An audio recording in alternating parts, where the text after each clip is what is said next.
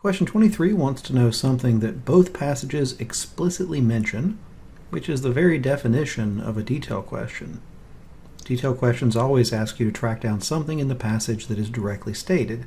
In a comparative passage, you often see detail questions that ask for something that's found in both passages or something that's found in only one. Here, it's something that's found in both.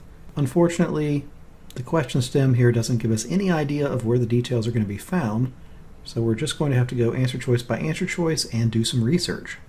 Answer choice A says transfer of property from one owner to another, and this is actually directly in our notes right now. Passage A talks about transfers of property in the second paragraph. That's the second rule.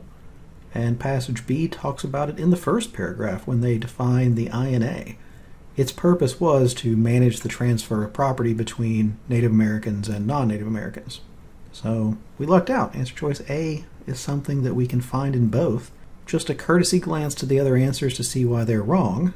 Answer choice B says a legal basis for recovery of property. That's definitely found in passage B, the INA that we were just talking about a second ago, but passage A doesn't have any specific legal bases. Don't confuse a philosophical basis for a legal basis. There aren't any laws mentioned in paragraph A. And now, answer C, entitlement to property in a wholly just world. That's definitely mentioned in passage A. Passage A has a whole paragraph about the ideal world, but passage B lives in the practical world. There's nothing ideal there. Answer choice D, practicability of rectification of past injustice. This is mentioned in passage B at the end when it talks about the compromises that'll probably be needed, but it doesn't come up in A at all because A lives in the purely theoretical world.